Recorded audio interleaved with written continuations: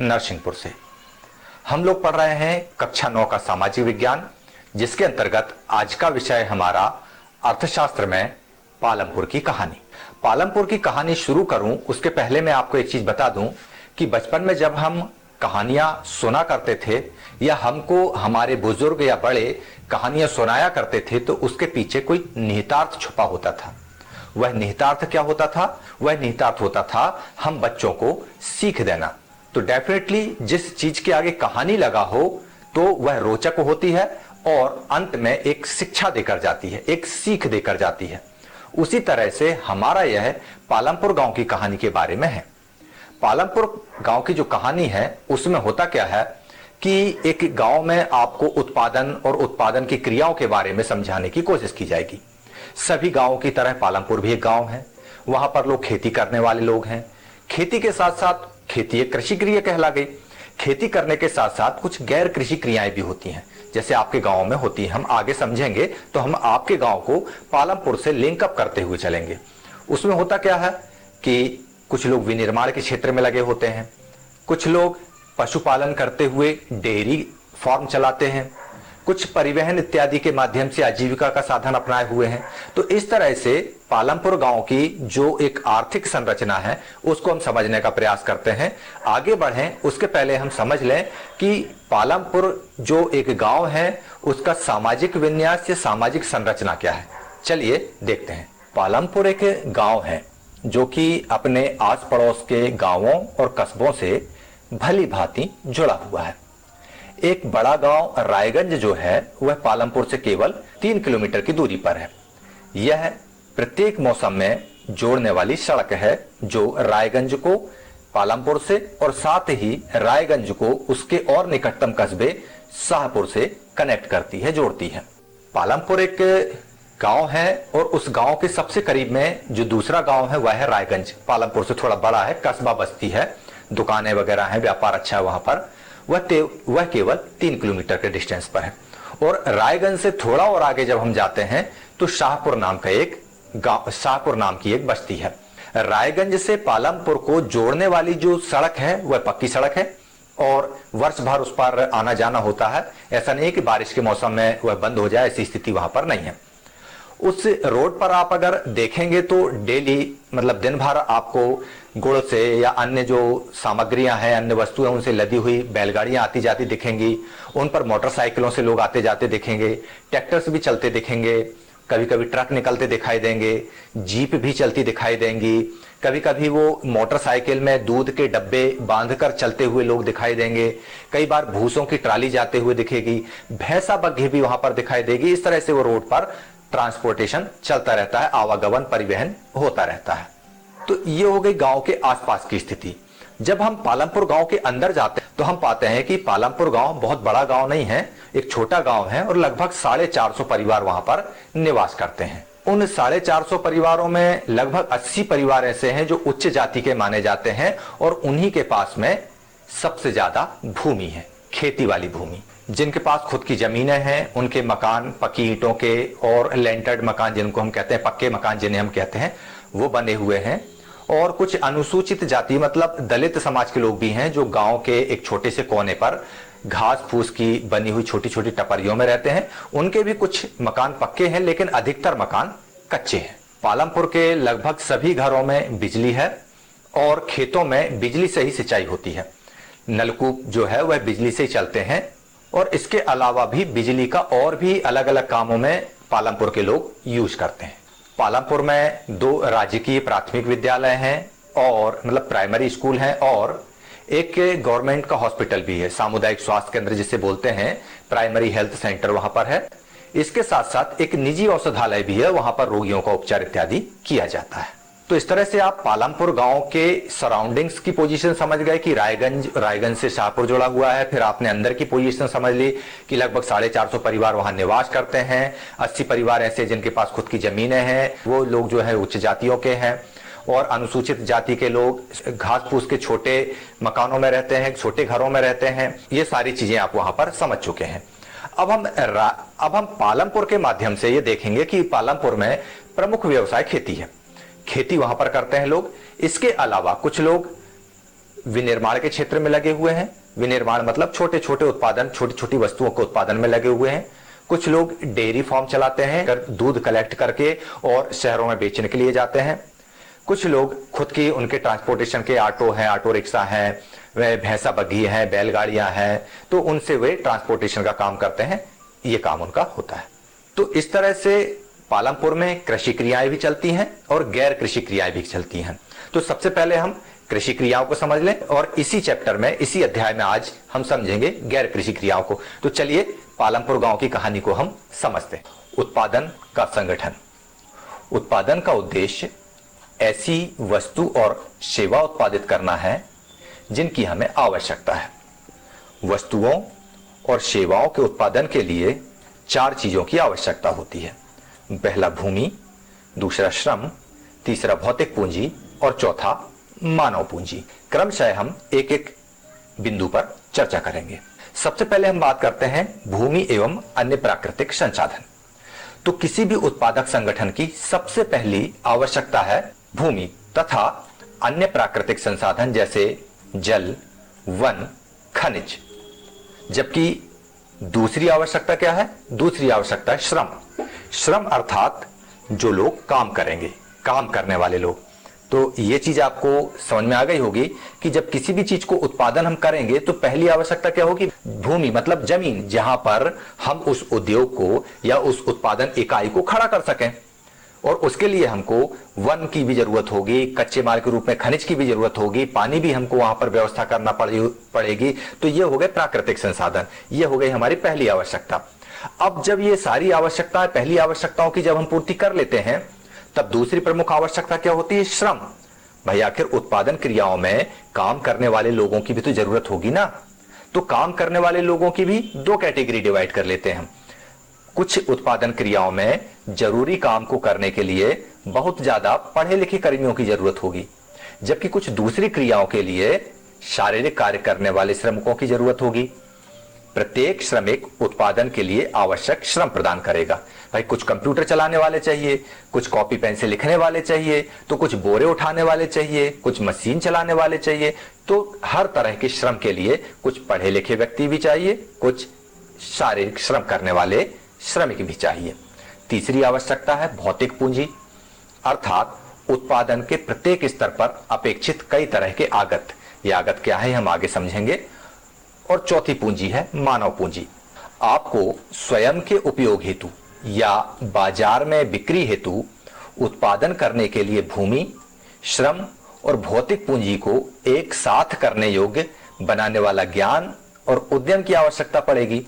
जिसे आजकल हम क्या कहते हैं? ह्यूमन कैपिटल, मानव पूंजी। तो जो ऊपर की तीनों आवश्यकताएं हैं, इन तीनों आवश्यकताओं को एक साथ काम करने योग्य बनाने के लिए हमको वो ज्ञान चाहिए, वो उद्यम चाहिए। और उसी ज्ञान और उद्यम को क्या बोलते हैं हम? मानव पूंजी। तो इस तरह से किसी भी उत्पादक संगठन के लिए क्या क्या चीजों की जरूरत हो गई? भूमि की, श्रम की, भौतिक पूंजी और मानव पूंजी की। चलिए अब हम देखते हैं आगे। क्या आप जानते हैं कि भौतिक पूंजी के अंतर्गत कौन कौन सी चीजें आती हैं? तो सबसे पहले देखिए आप लोग, पहला आगत है औजार, मशीन और भवन। ये भौतिक पूंजी की बात हो रही है। औजार, मशीनों और भवनों में अत्यंत साधारण औजार क्या होते हैं? किसान के हल।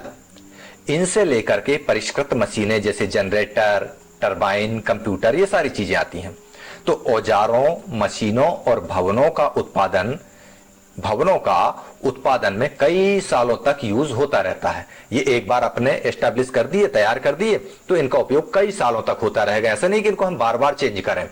ये एक बार स्थायी रूप से स्थापित हो गए तो इनका यूज हम साल दर साल कर सकते हैं। इन्हीं को हम क्या बोलते हैं? स्थायी पूंजी, स्थायी भौतिक पूंजी। दूसरा आता है क्या? कच्चा माल और नगद मुद्रा। मतलब उत्पादन के लिए हमें कई तरह के कच्चे माल की भी जरूरत होगी। ऐसा तो है नहीं कि बिना कच्चे माल के पक्का माल तैयार हो जाए। जैसे आप सोचिए कि बुनकर को अगर सूत तैयार करना है तो सूत के लिए उसको क्या चाहिए? कपास चाहिए। कुम्हारों को यदि मटका बनाना है तो उसके लिए उनको क्या चाहिए? मिट्टी चाहिए। तो ये चीजों की आवश्यकता उनको होगी। तो उत्पादन के दौरान भुगतान करने तथा जरूरी माल खरीदने के लिए कुछ पैसों की भी जरूरत होगी। तो कच्चा माल और नगद पैसा, यदि हम इन दोनों को सम्मिलित रूप से देखें तो ये क्या कहलाएंगे, कौन सी पूंजी कहलाएंगे, कार्यशील पूंजी। ठीक है ना, इसको आप बहुत अच्छे से समझ लीजिए। पहले हमने देखा स्थायी पूंजी। स्थायी पूंजी मतलब औजार, मशीन, भवन जो बार बार नहीं बदलते और जल्दी खत्म भी नहीं होते।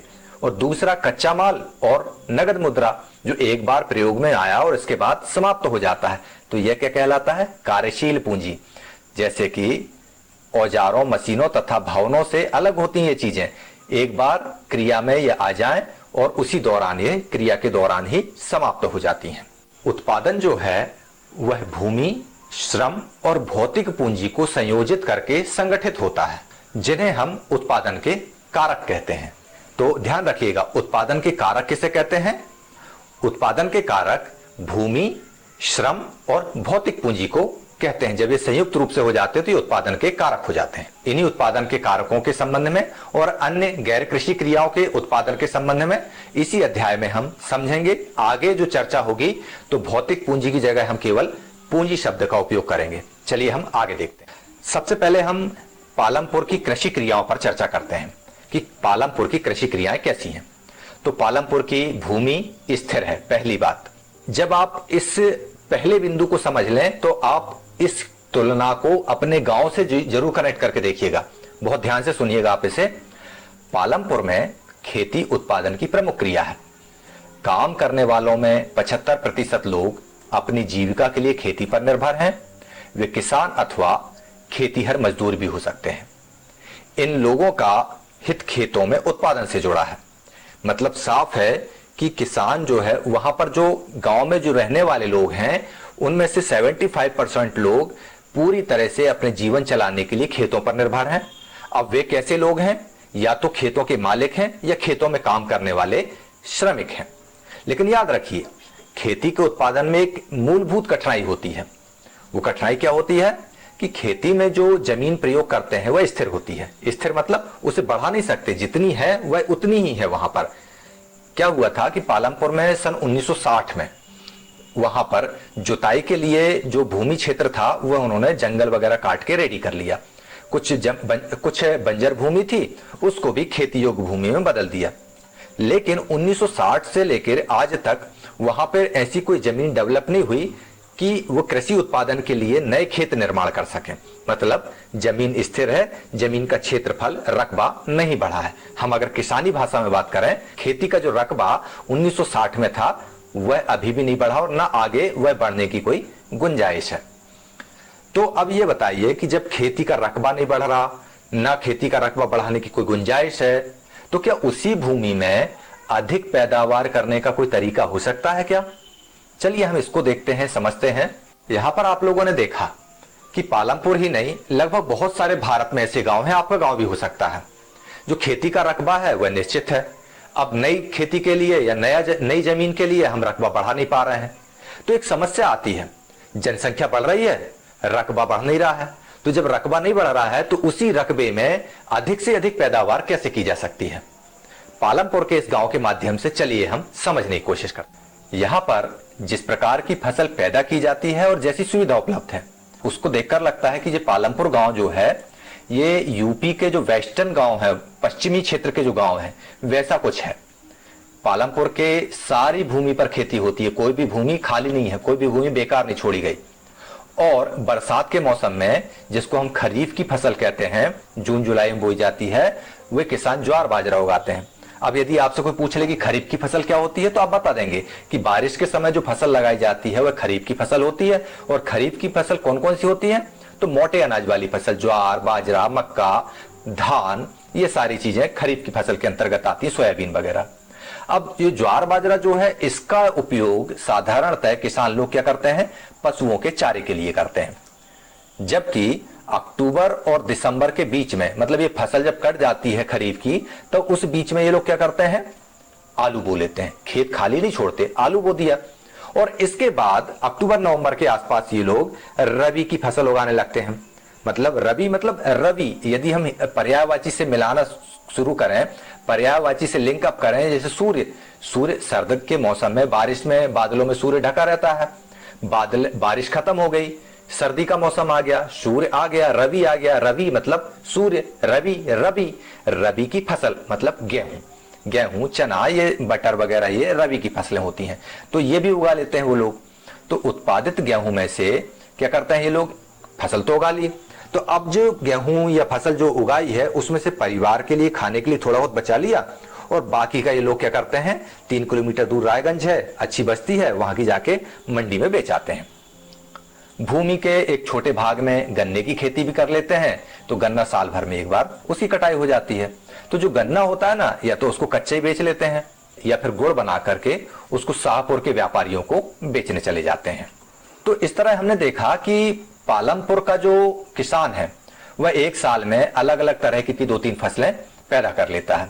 और वह ऐसा क्यों कर पाता है, क्योंकि उसके पास सिंचाई की एक वेल डेवलप्ड अरेंजमेंट है। भाई जैसा कि मैंने बताया कि पालमपुर के सभी घरों में बिजली है, पालमपुर में बिजली जल्दी आ भी गई थी, और जब बिजली आ गई तो इसका सबसे बड़ा प्रभाव सिंचाई पद्धति बदल गई। जब तक बिजली नहीं थी तब तक रहट से किसान विसान पानी निकाला करते थे। रहट क्या है इसके बारे में अपन कभी आगे चर्चा करेंगे, आप अपने टीचर से जरूर पूछ लीजिएगा रहट क्या किसे कहते हैं। तो वो रहटों से निकालकर खेतों में सिंचाई करते थे। लेकिन जब लोगों ने ये देख लिया कि बिजली से जो नलकूप चलते हैं, पानी जल्दी आता है, बड़े प्रभावकारी ढंग से कम समय में ज्यादा क्षेत्र की सिंचाई हो जाती है, तो शुरू में कुछ नलकूप तो सरकार ने लगवा दिए, पर बाद में किसानों ने अपने पैसे लगाकर नलकूप अपने अपने खेतों में लगवा लिए। परिणाम क्या हुआ कि 1970 के दशक के बीच में लगभग 200 हेक्टेयर के पूरे जुते हुए क्षेत्र की सिंचाई होने लगी। मतलब पालमपुर में जो 200 हेक्टेयर का जो पूरा क्षेत्र है, जितने में वो लोग जुताई करते थे, जितने में फसल लगाते थे, वो पूरा 100% रकबा सिंचाई वाला हो गया। और इसका परिणाम यह हुआ कि एक साल में कोई भी भूमि वहां पर खाली नहीं रहती थी और एक से ज्यादा फसल उगाने लगते थे। तो किसी भी किसान के द्वारा एक साल में किसी भी भूमि पर एक से ज्यादा फसल उगा लेते हैं, उस प्रणाली को हम क्या बोलते हैं, बहुविध फसल प्रणाली। ठीक है ना, चलिए आगे देखते हैं। तो आपने देखा कि एक ही जमीन के टुकड़े से उत्पादन बढ़ाने का तरीका बहुविध फसल प्रणाली है। तो इस तरह आप लोगों ने देखा कि एक ही जमीन के टुकड़े से एक साल में अधिक से अधिक फसल उपजाने की जो प्रक्रिया है, एक से ज्यादा फसल उपजाने की जो बात है, एक से अधिक फसल उगाने की जो प्रणाली है, वह बहुविध फसल प्रणाली कहलाती है। अच्छा, ये तो 1970 के आसपास की बात है। 1960 के दशक में जब लोगों के पास कुछ नहीं था तो ये परंपरागत बीजों का प्रयोग करते थे, और साथ ही परंपरागत खादें जैसे गोबर वगैरह की जो खाद है उसका यूज करते थे, और वो उनके पास में उपलब्ध हो जाते थे। पशुओं का पालन करते थे, पशुओं से गोबर बनती, गोबर से खाद बनाते और खेतों में परंपरागत बीज डालकर उनका उपयोग करते। परंपरागत बीजों में सिंचाई भी कम लगती थी। अच्छा, क्या परंपरागत जो बीज थे उनके पास में किसानों के, उनमें सिंचाई की भी जरूरत नहीं होती थी। लेकिन 1960 के दशक के बाद भारत में हरित क्रांति का दौर आ गया। जब हरित क्रांति का दौर आया तो HIV बीज आए, मतलब हाई यील्डिंग वैरायटी सीड्स, उच्च उपज क्षमता वाले बीज। उनसे होता क्या था कि किसानों को ज्यादा पैदावार मिलने लगी एक ही पौधे से। जहां पर परंपरागत बीज कम उपज देते थे, वहीं पर ये जो HIV बीज थे वह बहुत ज्यादा अनाज देने लगे। जैसे 1 हेक्टेयर में 1300 किलोग्राम उपज होती थी, वहीं HIV बीजों से 1 हेक्टेयर में 3200 किलोग्राम तक उपज बढ़ गई। तो कहने का मतलब यह है कि जमीन के उसी टुकड़े से पैदावार बढ़ गई, उपज बढ़ गई। और यह सब संभव हुआ हरित क्रांति के बाद आए HIV बीजों, रासायनिक उर्वरकों के प्रयोग से। और एक बात है, लेकिन इसमें एक चीज है, जो नए HIV बीज आए थे उनमें पानी ज्यादा लगता था, सिंचाई ज्यादा लगती थी। तो ये जो उपज की पैदावार बढ़ी, इसकी प्रमुख वजह क्या थी? पैदावार बढ़ने की प्रमुख वजह थी HIV बीजों का प्रयोग करना। HIV बीजों के प्रयोग में क्या हुआ कि वो अधिक उत्पादन क्षमता वाले बीज होते थे, उनमें सिंचाई भी ज्यादा लगती थी। रासायनिक उर्वरकों का प्रयोग भी ज्यादा होता था। तो उर्वरकों का, पानी का और उन बीजों के संयोजन ने पैदावार को बढ़ा दिया। भारत में पंजाब, हरियाणा और पश्चिमी उत्तर प्रदेश के किसानों ने खेती के आधुनिक तरीकों का प्रयोग सबसे पहले किया। इन्हीं क्षेत्रों में किसानों ने खेती के लिए सिंचाई में नलकूप, HIV बीज, रासायनिक उर्वरक और कीटनाशकों का प्रयोग किया। उनमें से कुछ किसानों ने तो ट्रैक्टर खरीद डाले, फसल गहाने के लिए जो मशीनें, क्रैशर वगैरह होता है ना, वो ले लिए, थ्रेशर वगैरह जो बोलते हैं वो खरीद डाली, और जुताई और कटाई के काम को तेज कर दिया। इससे फायदा यह हुआ कि गेहूं की बहुत ज्यादा पैदावार होने लगी। पंजाब, हरियाणा और पश्चिमी उत्तर प्रदेश के किसान कृषि के नवाचार को स्वीकार करने में नंबर 1 थे। अव्वल रहे। सबसे पहले उन्होंने ही HIV बीजों का प्रयोग शुरू किया, सबसे पहले उन्होंने ही रासायनिक उर्वरकों का प्रयोग किया और उन्होंने ट्रैक्टर खरीदना, जुताई के लिए मशीनें खरीदना, कटाई के लिए भी मशीनें इत्यादि का प्रयोग करने का कार्य सबसे पहले हरियाणा, पंजाब और पश्चिमी उत्तर प्रदेश के किसानों ने किया। इसके परिणाम स्वरूप जैसा कि मैंने आपको बताया कि पैदावार बढ़ गई। जहां पर 1 हेक्टेयर में 1300 किलोग्राम उपज होती थी, अब HIV बीजों, रासायनिक उर्वरकों के संयोजन से, कीटनाशकों के संयोजन से, सिंचाई का प्रयोग करने के साथ कितनी बढ़ गई? 3200 किलोग्राम प्रति हेक्टेयर। और जब उत्पादन बढ़ गया तो परिवार में अपने खाने योग्य बचाकर अधिशेष मात्रा में उपज बचने लगी। गेहूं अधिक बच जाता, उसको लोग जाकर रायगंज में या शाहपुर के किसानों को बेच देते। तीसरा, क्या भूमि यह धारण कर पाएगी? भूमि एक प्राकृतिक संसाधन है और इसका प्रयोग बहुत सावधानी पूर्वक करना चाहिए। वैज्ञानिक रिपोर्टों के अनुसार खेती की आधुनिक कृषि विधियों से प्राकृतिक संसाधन आधार का अति उपयोग किया गया है। अनेक क्षेत्रों में हरित क्रांति के कारण उर्वरकों के अधिक प्रयोग से मिट्टी की उर्वरता कम हो गई है। नलकूप का बहुत ज्यादा प्रयोग करने से भौम जल स्तर कम हो गया है। मिट्टी की उर्वरता और भौम जल के कम होने से कई पर्यावरणीय संकट पैदा हो गए हैं, जो एक बार नष्ट होने के बाद पुनः निर्मित नहीं किए जा सकते हैं। अब हम बात करते हैं चौथे बिंदु पर, पालमपुर के किसानों में भूमि किस प्रकार वितरित है। तो ये हमने शुरू से बताया है कि पालमपुर में 450 परिवार हैं, जिनमें 1/3 परिवारों के पास खेती योग्य भूमि है ही नहीं, मतलब वे लोग खेतीहर मजदूर हैं। बाकी परिवारों में 240 परिवार ऐसे हैं जिनके पास 2 हेक्टेयर से कम क्षेत्रफल वाली भूमि है, जमीन के छोटे छोटे टुकड़े हैं। और भूमि के ऐसे टुकड़ों पर खेती करने वाले किसान परिवारों को पर्याप्त आमदनी नहीं हो पाती है। चित्र में आप देख सकते हैं कि गांव में बड़े छोटे छोटे टुकड़े हैं जमीनों के, जहां पर छोटे किसान खेती कर रहे हैं, और बाकी जो बड़े टुकड़े हैं वे उनमें बड़े किसानों का कब्जा है, मंझोले किसानों के कब्जे हैं। तो ऐसे पालमपुर में मंझोले और बड़े किसानों के 60 परिवार हैं जो 2 हेक्टेयर से अधिक भूमि पर खेती करते हैं। कुछ किसानों के पास 10 हेक्टेयर से ज्यादा भूमि जरूर है। अब 5वां बिंदु, श्रम की व्यवस्था कौन करेगा? तो भूमि के पश्चात श्रम, यह एक दूसरा महत्वपूर्ण कारक है। खेती में बहुत ज्यादा परिश्रम की आवश्यकता होती है, आप सभी लोग जानते हैं। छोटे किसान अपने परिवारों के साथ खेत में खुद काम कर लेते हैं, लेकिन बड़े और मंझोले किसान ये काम खुद नहीं करते, इसके लिए वह श्रमिकों को किराए पर उठाते हैं। खेतों पर काम करने के लिए वो श्रमिक कहां से आते हैं? या तो वे भूमिहीन होते हैं या छोटे किसान होते हैं। खेतों पे काम करने वाले जो मजदूर होते हैं उनका उगाई गई फसल पर अधिकार नहीं होता, जैसा कि उन किसानों का होता है। तो बदले में उनको फसल न मिलकर नगद या वस्तु अनाज के रूप में भी मिल जाती है। कभी कभी इन मजदूरों को भोजन दे दिया जाता है। मजदूरी के लिए एक क्षेत्र से दूसरे क्षेत्र, एक फसल से दूसरी फसल, मतलब पोजीशन के हिसाब से कटाई बुआई, इन सब के लिए मजदूरी जो है अलग अलग होती है। रोजगार की अवधि में भी अंतर होता है। खेत में काम करने वाले श्रमिक को या तो दैनिक आधार पर काम मिलता है या कभी कटाई के लिए या पूरी साल काम के लिए इस तरह से रख लेते हैं। खेतों में खेती की बात तो हमने कर ली, बात हो रही है श्रम की। तो श्रम करने के लिए अक्सर कर छोटे किसान या भूमिहीन मजदूर होते हैं। डाला नाम का एक मजदूर है उसी गांव में जिसको काम की तलाश होती है, जिसके पास में खुद की जमीन नहीं है। सरकार ने रेट तय करके रखे हैं 300 रुपए दिन के हिसाब से, लेकिन उसको 300 रुपए नहीं मिल पाते, 160 के आसपास उसको पेमेंट होता है। ऐसा क्यों होता है? क्योंकि पालमपुर में ऐसा काम करने वाले डाला जैसे मजदूरों की संख्या बहुत ज्यादा है और मजदूरी में प्रतिस्पर्धा होने के कारण यह रेट कम हो गए। अब हम बात करते हैं खेतों के लिए आवश्यक पूंजी। जैसा कि आप पहले ही देख चुके हैं, खेती के आधुनिक तरीकों के लिए बहुत ज्यादा पूंजी की जरूरत होती है। इसलिए किसानों को पहले की अपेक्षा अब ज्यादा पैसा चाहिए। तो जो छोटे किसान हैं वे पूंजी की व्यवस्था उधार लेकर करते हैं। वे उधार जो है या तो बड़े किसानों से ले लेंगे या गांव के साहूकारों से। और जब ये स्थिति बनती है ब्याज पर पैसा लेने की, तो उनको कर्ज चुकाने के लिए बहुत ज्यादा ब्याज, ऊंची दर का ब्याज देना पड़ता है, जो उनके लिए कष्टकारी होता है।